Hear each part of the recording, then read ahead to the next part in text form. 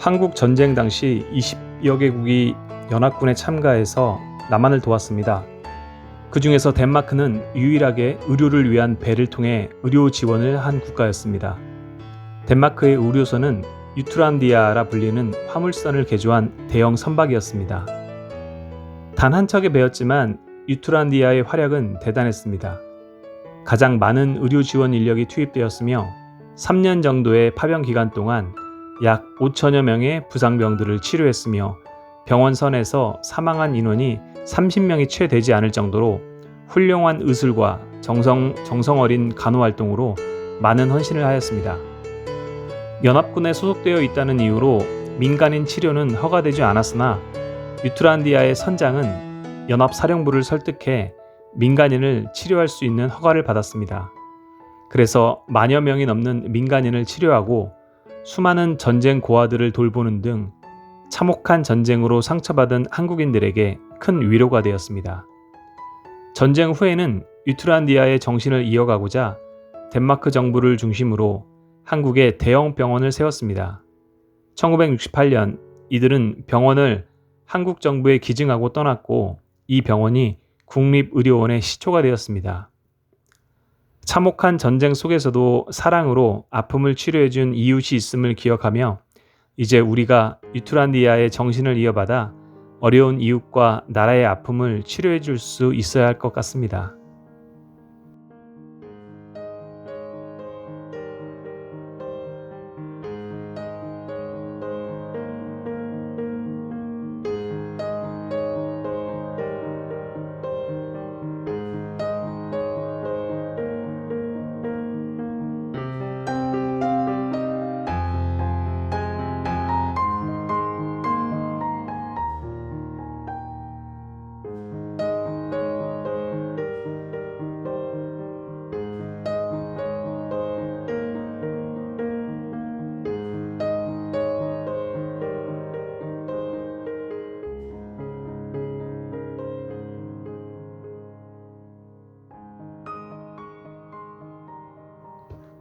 우리의 얼굴에는 30여 개의 섬세한 근육이 희로애락의 미묘한 감정을 연출해낸다고 합니다.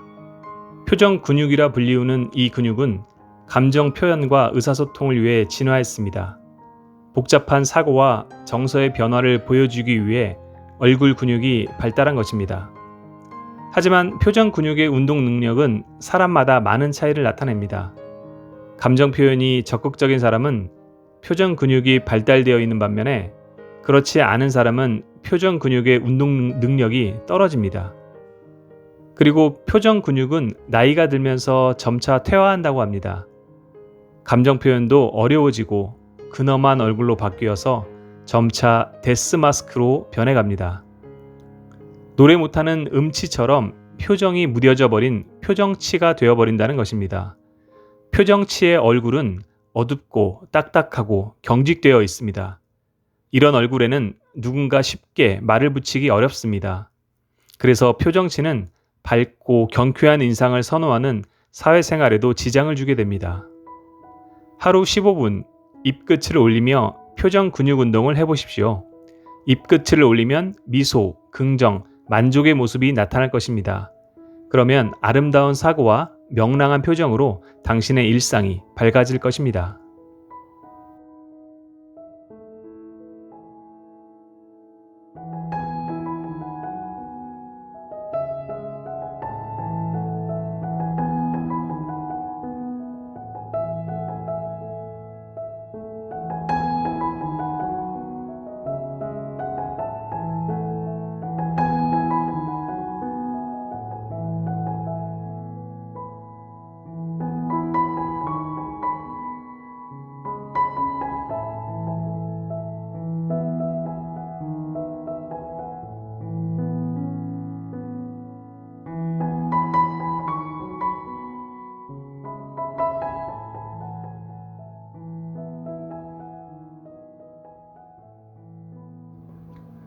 미국의 한 박사는 95세 이상 장수한 노인 50명을 대상으로 설문조사를 했습니다. 만일 여러분들이 다시 태어난다면 어떻게 살겠습니까? 조사 결과를 종합해보니 다음과 같은 순위로 나타났습니다. 첫 번째, 날마다 반성하면서 살겠다. 두 번째, 용기 있게 살겠다. 세 번째, 죽은 후에도 남는 일을 하겠다. 가장 많은 사람들이 날마다 반성하며 살겠다고 대답한 이유는 무엇 때문일까요? 나의 이익을 위해, 더 많이 가지기 위해, 더 높이 올라가기 위해 양심을 속이고 불의와 타협했던 지난 과거에 대한 후회 때문일 것입니다. 지혜로운 사람은 매일매일 자신의 삶을 돌볼 줄 알고 남을 배려하고 용서하며 후회 없는 삶을 살아갑니다. 그러나 우리는 지혜로운 삶보다는 지식을 먼저 추구합니다.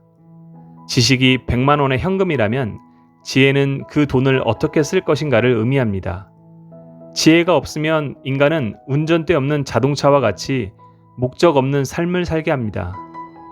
그리고 삶의 끝자락에서 후회만 가득한 현실을 만나게 됩니다. 죽음 앞에 후회 없는 삶을 살기 원하십니까?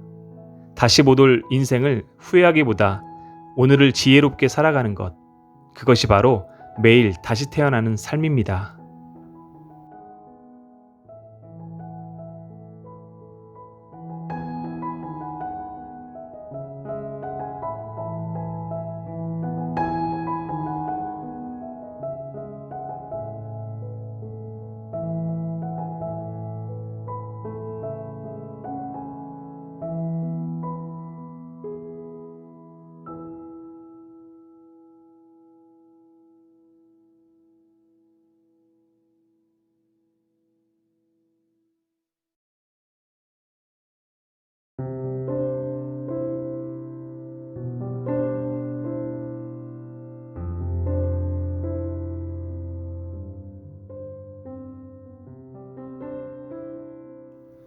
남태평양의 섬나라 나우루는 지구상에서 가장 작은 독립공화국입니다. 호주 북동쪽에 위치한 이 섬은 인구가 만여 명, 크기는 울릉도의 3분의 1 정도입니다. 도로가 고작 18km인데 집집마다 여러 대의 자동차를 보유하고 있었고 집도 세금도 의료, 교육까지 모든 것이 무료로 주어졌습니다. 세계 곳곳으로 쇼핑하고 뮤지컬을 관람하러 가는 일정이 의회의 안건이었습니다. 초미니 국가인 나우루 섬은 이렇게 잘 나갈 수 있었던 이유는 순전히 자연의 혜택이었습니다. 해마다 바다를 건너 이곳을 지나던 철새들이 싼 배설물이 산호층과 결합하여 특별한 광석으로 쌓여갔기 때문입니다. 많은 강대국들이 이 광석의 채굴권을 확보하기 위해 달려들었고 이는 이 작은 섬나라를 부유한 나라로 만들어 주었습니다. 그러나 불행하게도 2003년 나우루의 이 광석이 고갈되었다고 공식 발표되었습니다. 더 이상 채굴이 불가능해지자 나우루의 수입은 급격히 줄어들었고 사람들은 생활이 어려워졌습니다. 농사를 지은 적도 없는 사람들은 그저 낚시를 통해 끼니를 이어갈 뿐이었습니다. 무분별한 채굴로 섬은 황폐해졌으며 과도한 소비와 나태한 생활은 주민들의 90%를 비만으로 만들었고 50%를 당뇨병 환자로 만들었습니다. 나우루의 비극은 우리 모두에게 교훈이 되어야 합니다. 지구상의 자원은 분명 한계가 있습니다. 새로운 자원을 찾지 않고 낭비만 일삼는다면 지구의 종말은 가깝게 찾아올 것입니다.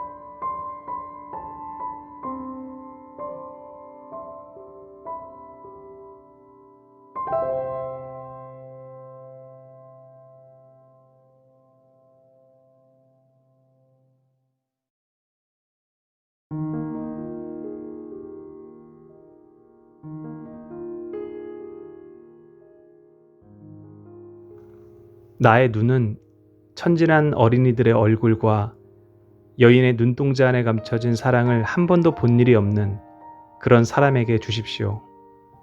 나의 뼈와 근육과 신경은 다리를 절고 다니는 아이에게 주어 걷게 하십시오. 나의 뇌 세포는 도려내어 말 못하는 소년이 함성을 지르게 하고 듣지 못하는 소녀가 그녀의 창문에 부딪히는 빗방울 소리를 듣게 하여 주십시오. 그리고 나머지들이 있으면 다 태워 들꽃이 무성히 자라도록 바람에 뿌려주십시오. 그러나 당신이 나의 무언가를 땅에 묻고 싶거든 나의 실수, 나의 편견, 나의 죄악들을 묻어주십시오. 우연한 기회에 나를 기억하고 싶다면 당신이 필요할 때 했던 나의 친절한 행동과 말만 기억해 주십시오. 나는 그렇게 영원히 살 것입니다.